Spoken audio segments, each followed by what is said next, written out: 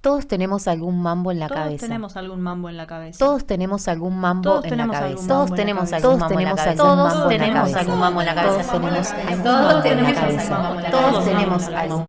¿Y ¿Y el el tuyo? tuyo? ¿Cuál ¿Cuál es? es? Soy Mica, tengo 27 años, soy autista, diagnosticada en 2020. Yo soy Fernando, papá de Salvador, un niño que fue diagnosticado como neurodivergente. Soy María Lisi Casati, soy psicóloga. Soy Silvia Fernández, soy licenciada en fonoaudiología. El autismo tiene muchas definiciones. Yo la defino más como me han ayudado mis pacientes a través de los años a definirla. Es una manera distinta de ver el mundo y así con una funcionalidad distinta del cerebro, tanto para percibir como para entregar los estímulos al medio, ¿no? Al medio donde nos movemos. Ahora se lo denomina como una condición, ¿no? En donde eso implica que tiene que ver con una manera de procesar la información específica y determinada, ¿no? Pero a su vez, cada persona lo va a hacer de acuerdo a determinados factores. Por ejemplo, hay personas con autismo que tienen un nivel sensorial mucho más elevado que otros y hay otros que quizás eso no le genera por ahí crisis, pero sí le generan otros estímulos, como por ejemplo eh, sabores, olores, palabras, y todo eso, digamos, hace que se conforme, en cierto modo, un abanico que es como bastante variado. Por eso también eh, se le dice neurodivergencia, ¿no? Porque distintas maneras o distintas posibilidades de pensar, hacer y de procesar la realidad que, digamos, que vivimos. Yo siempre sospeché toda la vida y siempre fui considerada una persona rara. Mi familia siempre sospechó y el último tiempo, en 2019, tuve una crisis muy fuerte, pirotecnia, de que no dejaban de tirar pirotecnia. Y me pasó también de que mi mejor amigo Martín, él rompió el silencio y me dijo, che, amiga, yo estoy sospechando de que vos sos autista o que te pasa algo.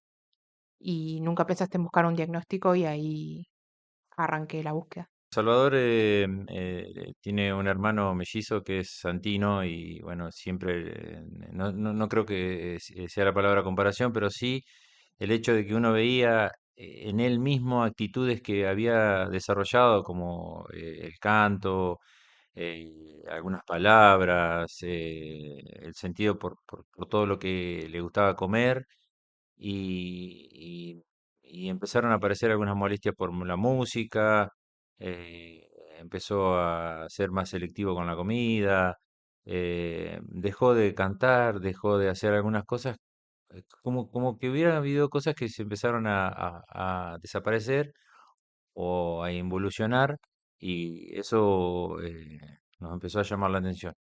Nosotros decidimos empezar a ver qué podía estar pasando, qué era eso que a los dos nos había llamado mucho la atención y que rápidamente recurrimos al pediatra, el pediatra lo revisó y dice, bueno, entiendo que puede ser algo, pero yo no estoy capacitado, entonces nos dio un par de contactos y teléfonos para que nosotros pudiéramos hacer las observaciones con los médicos que ellos consideraban que podían darnos un diagnóstico de lo que podía llegar a estar pasando. Hablamos de neurodivergencia, más que nada en la forma en que funciona el cerebro, ¿sí? Cómo esas funciones del cerebro se manejan de manera distinta a lo que se llama neurotípico o a lo que se ha estudiado de el cerebro en los parámetros normales o los parámetros típicos, para llamarlos de alguna manera. Entonces, la neurodiversidad no es una patología, es una condición. El autismo es una condición. Principalmente esa búsqueda fue directamente a un neurólogo, fue con Matías Kohler, acá en Santa Rosa. Primero también busqué en mi familia y dije, che, hay algo que me está pasando, me siento rara, sospecho que podría ser autista, ¿ustedes qué piensan?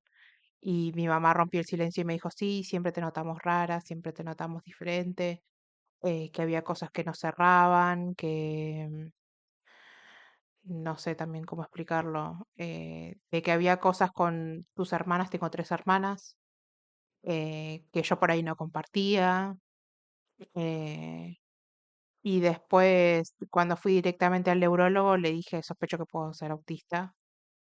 Y ahí empezó la búsqueda directamente en 2020. Siempre todas las sospechas que mi mamá ha tenido en cuanto al comportamiento y a medida que iban naciendo mis otras dos hermanas más chicas, mi mamá iba haciendo las comparaciones y menos le cerraba y más sospechas tenía hasta que en un momento se cansó y dejó de buscar. En el caso de Salva, en principio, bueno, la comunicación, lo sensorial, con lo que era con lo que es la comida, porque hasta el día de hoy bastante selectivo. Bueno, los ruidos, a veces el contacto con la gente, a veces no le gustaba que lo abrazaran, pero él venía, por ejemplo, y te daba un abrazo, te daba un beso. eh, mm, había, tenía, digo, porque fue mejorando mucho en lo que era algo que nosotros nos sabíamos, que era la repetición de frases o de palabras que escuchaba, que se llama ecolalia, que lo hacen de una forma como grabado, o sea, se graban una frase y una charla o una forma de decirte las cosas como si la estuvieran repitiendo de un cassette. Y no formulaba conversaciones, vendría a ser. Que después de un test que se hizo o un estudio que se hizo en Pico, nos dijeron que bueno, que él era un niño que estaba dentro del espectro autista, neurodivergente. La salud mental está muy relacionada con el autismo porque justamente a veces estos estímulos sensoriales que los procesan de un modo distinto generan emociones como por ejemplo la ansiedad, altos niveles de ansiedad, que muchas veces son difíciles de tramitar y cuando eso no sucede, estallan, por ejemplo, en una crisis. Y cuando eso sucede, realmente es muy desgastante para una persona, en donde luego de esto, por ejemplo, quedan como si hubieran corrido una maratón.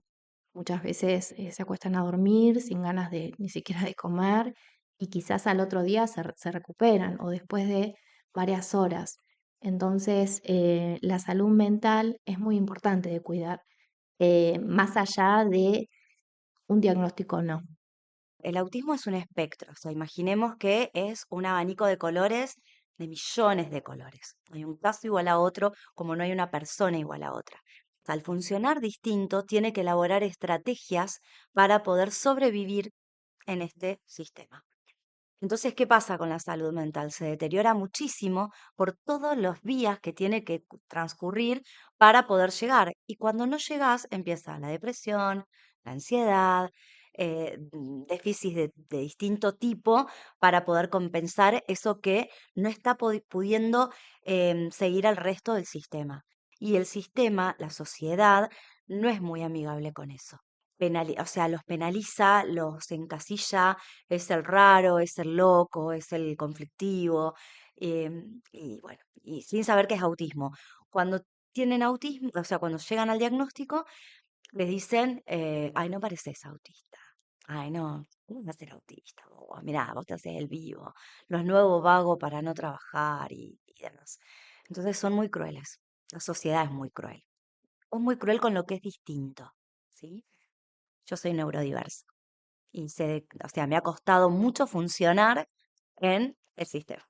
La relación que yo encuentro entre la salud mental y el autismo es que durante la infancia esa relación como que se ve estrechamente ligada a terapias, a acomodaciones, a tener todo un equipo, toda una batería, un equipo que te acompaña y que cuando vos cumplís los 18, el Estado te suelta la mano y tu salud mental se ve muy deteriorada. porque no tenés especialistas, porque no tenés acompañamiento, porque no tenés nada. Y también lo que sucede es que al no tener acompañamiento, muchas veces muchos autistas optan por quitarse la vida.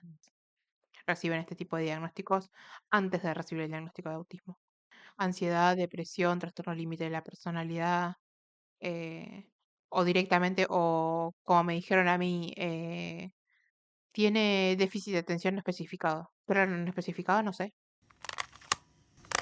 Pasé muchos años escondida, la verdad. Pero bueno, ahora mirándolo desde este lado, siendo adulta, creo que no sé cómo hubieran reaccionado mis viejos o cómo lo hubieran manejado en ese momento, en plenos 90 y después mi hermana naciendo en 2002. Yo no sé cómo lo hubieran manejado mis viejos y cómo estaría yo hoy. Sé que hubiera tenido muchísimo más conocimiento, lo admito, pero capaz que hubiera sido también otra cosa, o hubiera sido también capaz que más protegida, o capaz que no tendría las posibilidades que yo tengo hoy. En lo emocional, como papá fue durísimo. Fue durísimo porque uno entiende que trata de, o mejor dicho, quiere para su hijo que la vida sea totalmente plena y normal y sana o libre, digamos, que él no tenga condicionamientos y que elija y vos ves que estas condiciones eh, o imagina un montón de cosas o piensa que pueden llegar a ser una traba digamos, para su futuro. Y es todo un proceso porque es, como muchos papás lo dicen o algunos profesionales, es un duelo que se lleva muy, es complejo porque todas las noches te acostás pensando a ver si esto tiene solución, todos te dicen que no, pero vos empezás a leer y que en algún lado hicieron esto y la cabeza empieza a moverse para distintos lugares y buscas el apoyo en mi pareja y ella igual que conmigo, entonces fueron momentos un poco de caos, el hecho de haber de saber realmente qué era lo que le estaba pasando y que te digan que tiene autismo, como muchos profesionales te lo dicen, eh, y sobre todo entender que eso por ahí puede evolucionar o no, y ahí es donde uno empieza a actuar como papá de otra forma. La crisis tiene que ver con cuando la persona hay determinados estímulos que no los puede procesar, ¿no? Ya sea esto que hablábamos, por ejemplo, a veces sonidos. Vieron que, por ejemplo, en las fiestas se habla del no uso de pirotecnia justamente porque el ruido genera, digamos, una alteración tan difícil de procesar que eso genera muchísimo miedo y ante la mirada de otra persona quizás no se entiende por qué tienen esas reacciones, pero se ha comprobado que tienen, digamos, un nivel sensorial mucho más em, sofisticado, por así decirlo. Es como que hasta escuchan ruidos que a veces no son tan fáciles de escuchar. Esa sensibilidad que tiene les genera que hagan hiperfoco en eso, ¿no? Y entonces no pueden dejar de escucharlo. Y eso muchas veces puede generar crisis por acumulación de estrés, ¿no? O, por ejemplo, a veces hay personas que el ver a muchas personas juntas también les genera sensaciones desagradables en el cuerpo y eso puede generar una crisis. Yo particularmente lo de la pirotecnia fue lo que más me llamó la atención, porque fue una crisis en la que me sostuvieron entre cuatro. Nos pasaba un par de veces que, no sé, iba alguien a charlar, estábamos a casa charlando y cuando vos querías en un momento, él se satura y grita. De alguna forma él tiene que lograr su olla de presión de descomprimir. Entonces gritaba y bueno, ahí nosotros como que a veces te sobresaltabas en algún sentido y te dabas cuenta que no había sido tenido en cuenta en esa reunión. Es muy particular de cada niño también o cada persona qué detona eso? ¿O qué? O por ahí un sonido, un ruido, una luz, un color. Y bueno, en ese caso, ya lo vas conociendo, tratás de ir evitando esa cosas que a él lo perturben. Hoy en día él te viene y te va a decir no, vos sabés que de alguna forma te lo está comunicando, se va o se aleja, o viene y se coloca eh, unos protectores auditivos, entonces se aísla un poco del ruido, o se encuentra con una hoja y se pone a dibujar. Cuando una persona está teniendo una crisis es muy importante siempre preguntarle cómo te puedo ayudar, más que ir a tocarlo o hacer cosas que por ahí lo ponen más nervioso, ¿no? Eso es fundamental. ¿Por qué? Porque a veces no pueden hablar y entonces necesitan estar tranquilos. Simplemente, o sea, que alguien esté acompañando, pero sin hablarles. O sea, no generar más estímulos que los que ya está tratando de procesar con, digamos, el evento que sucedió. Saberme autista fue decir, bueno, me saqué un peso encima. Sentía frustración y sentir que no encajo en ningún lado, todo el tiempo. Sentir que estoy poniendo una máscara todo el tiempo para cada persona con la que estoy interactuando. Se ha observado que en las mujeres se detecta o ha comenzado a detectarse más en edades más avanzadas, ¿no? ¿Qué es lo que sucede con la mujer? La mujer hace masking. ¿Qué significa eso? Esta capacidad de poder tolerar y soportar cosas, de adaptarnos al contexto. Esto no me gusta, pero bueno, lo hago porque lo tengo que hacer. Eso es lo que hace la mujer a diferencia del hombre, que por ahí no enmascara tanto los síntomas o las conductas. La realidad es que estamos en una cultura en que aún hoy luchamos por nuestro lugar, ¿no? Ya sea a través de los trabajos, por distintas situaciones que tenemos que atravesar, digamos, a lo largo de la historia que se ha ido viendo esto, ¿no? Y en el autismo lo que se ha observado es eso, como que la mujer se enmascara más y entonces eso retrasa el diagnóstico muchas veces. Siendo leída mujer, hay mucha diferencia en cuanto a los diagnósticos porque el varón siempre se diagnostica más temprano, justamente por el sesgo de género y el enmascaramiento que tienen las mujeres o las personas que son leídas mujeres. Eh, También hay mucho sesgo de género en cuanto a comportamientos. En el caso de las mujeres o personas socializadas mujeres, se espera que sea callada, se espera que sea retraída, y en cambio en el varón eso es una señal de alerta, por ejemplo, y es diagnosticado más rápido. O no es esperable que un varón sea reactivo, golpee, pegue, muerda, por ejemplo, y que por ahí no le dan tanta importancia, y si lo hace una mujer, se trata de corregir y la mujer muchas veces se va adaptando mucho más rápido, imitando a sus pares. Los conceptos teóricos eran que la mujer era, si la mujer tenía autismo, era muy severa, no verbal, por ejemplo, ¿no? Y ese era el concepto que teníamos hasta hace no muchos años atrás. Y de repente se empezó a ver que la mujer, se empezaron a encontrar diagnósticos de adolescentes y de adultas, y empezaron a ver que era mucho más complejo, que las mujeres se camuflan, hacen masking, ¿sí? Y se las rebuscan de las mil formas para poder ser, desde madre, pareja, trabajadora, estudiante, o sea, se las rebusca a un costo altísimo. Y el costo altísimo es los altos índices de suicidio, muchas de ellas entran en depresiones profundas, depresión, ansiedad, y es difícil hasta en la parte terapéutica, porque no están preparados los profesionales. Entonces es como que toman los parámetros o las técnicas o los métodos que se usan para todo el mundo para que ellas sean, para que los utilicen las personas autistas. Y no funciona. Funciona totalmente distinto. Y esto es lo que sucede. Muchas mujeres van a terapia muchísimos años y nunca el psicólogo o el psiquiatra le dijo que podía ser autista. Mi entorno, en un primer momento, yo lo dije a mi familia y a la gente que me había acompañado más de cerca en el diagnóstico. Mi mamá eh, se le caían las lágrimas porque ya fue después de muchos años de búsqueda que tuvo que abandonar, justamente, em, de de mucho tiempo invertido y de que le dijeran de que estaba loca o que veía cosas.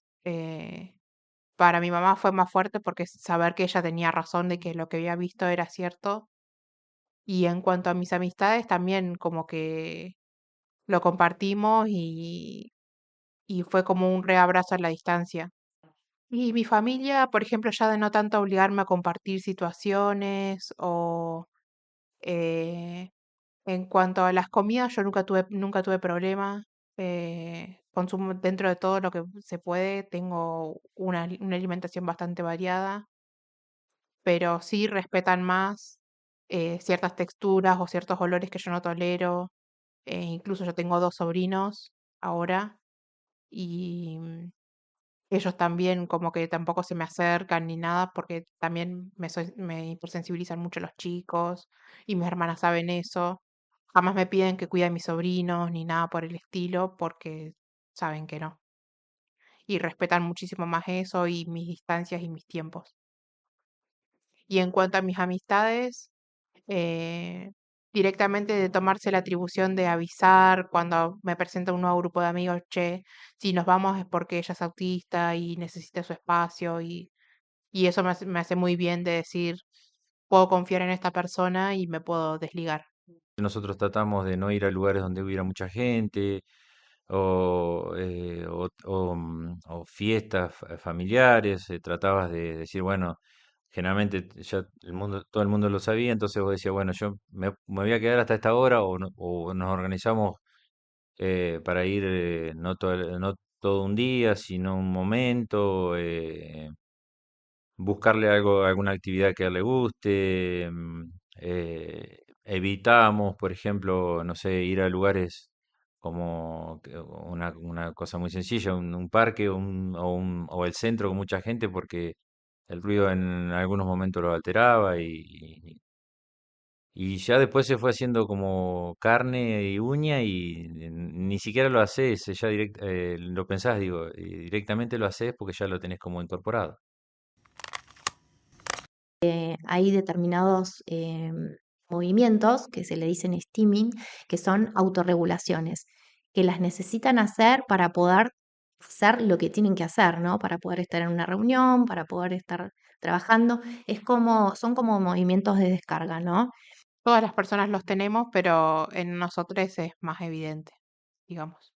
Puede ser desde jugar con el pelo, con un anillo, morder un lápiz, morderte las uñas, como los más comunes, hasta en nosotros que puede ser más evidente que algunos aletean, otros bailan, otros se pellizcan.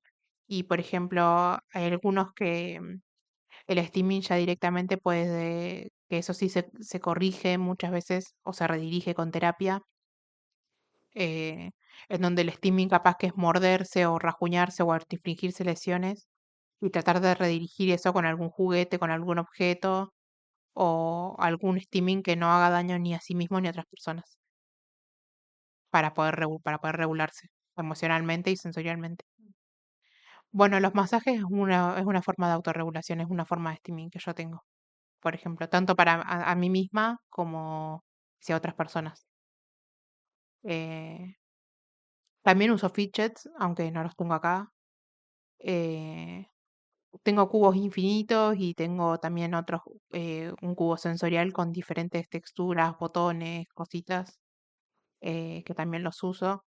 Uso canceladores también para regularme, depende cómo esté ese día. Eh, y si no, bueno, jugar con la ropa, prendas de ropa, o si no, si tengo anillos, también jugar con anillos. Como que al estar enmascarada tanto tiempo, como que lo suelo disimular un poco más. Bueno, esos movimientos generan eso, como esas descargas que además son involuntarios. No es que la persona dice voy a hacer esto para, muchas veces no son conscientes de estos movimientos que se van generando, estas cosas que hacen, ¿no? Tienen que ver para poder estar regulados. se empezó a ver a la neurodivergencia de otra manera. Porque si no estaba el concepto de la discapacidad en silla de ruedas, de hecho seguimos con los loguitos con silla de ruedas, por Dios, habría que cambiarlos, ya hay logos nuevos, y entender a la discapacidad que tiene que ser visible fenotípicamente para que yo la entienda y la respete. Alcanza a que la sociedad empiece a respetar lo diverso. Muchas veces se cree que una persona con autismo tiene que tener determinados rasgos, ¿no? O, o como que vos lo tenés que ver con esto que yo les decía de los niveles, ¿no? Como muy profundo o menos profundo. Hay personas que les dicen, no, pareces autista. O yo también a veces soy un poco autista porque hago esto, ¿no?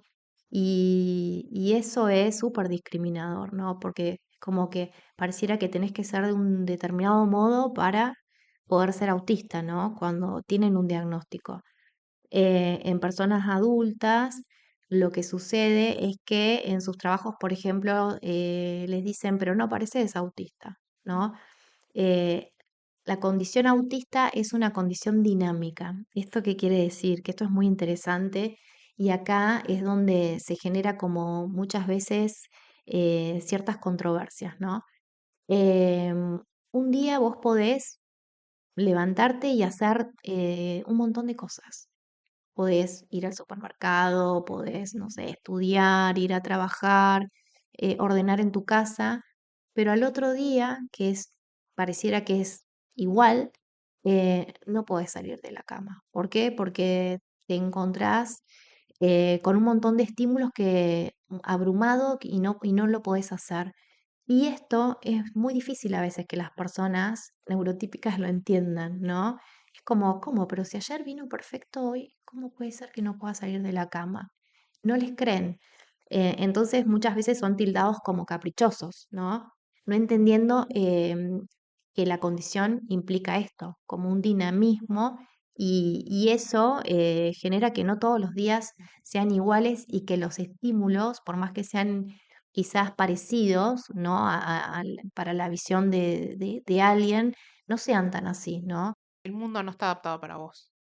Y vos tenés muchas veces que ya de por sí, cuando vos buscas trabajo, tu trabajo tiene que ser en base a uno de tus superintereses. Yo, por ejemplo, el mío es la informática y los masajes, pero no todos tienen esa posibilidad.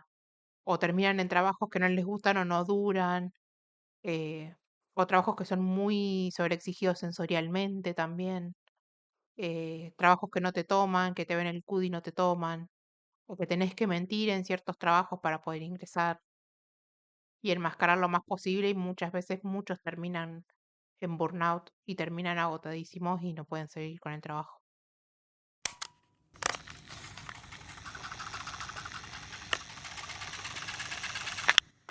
El espectro lo que les impide a ellos, una de las condiciones, es la sociabilidad.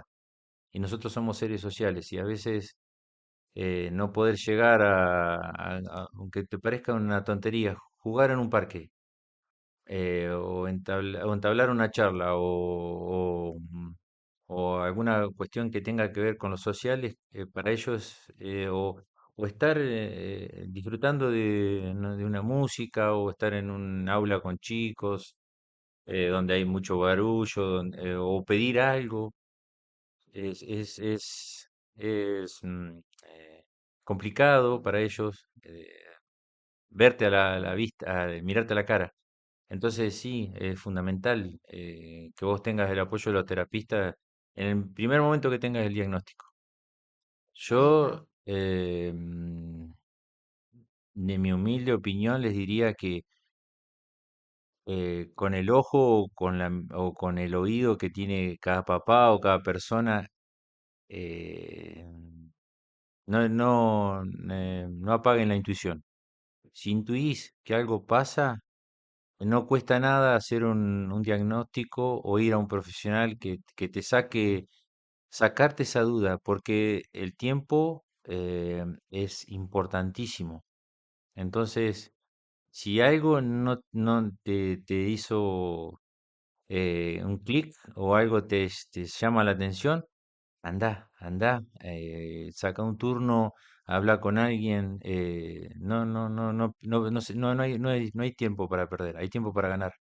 Más comprensión, más empatía, más información.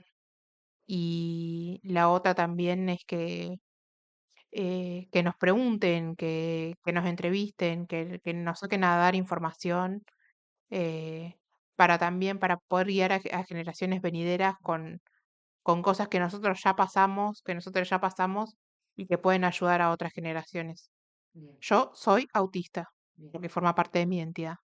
Cuando hablamos de neurodiversidad, hablamos de todo lo que conlleva en la diaria, en la vida diaria de una persona. Y lamentablemente nadie empatiza hasta que no le toca de cerca.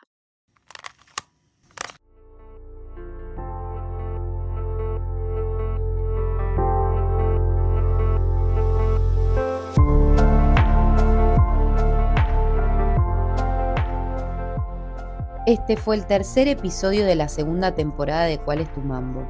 Agradecemos a Micaela y a Fernando por compartir sus historias, también a la licenciada en Psicología Lizzy Casati y a la licenciada en Fonoaudiología Silvia Fernández por acompañarnos en este proyecto. Si te gustó lo que escuchaste, podés suscribirte a nuestros canales en YouTube y Spotify, darle like y compartirlo.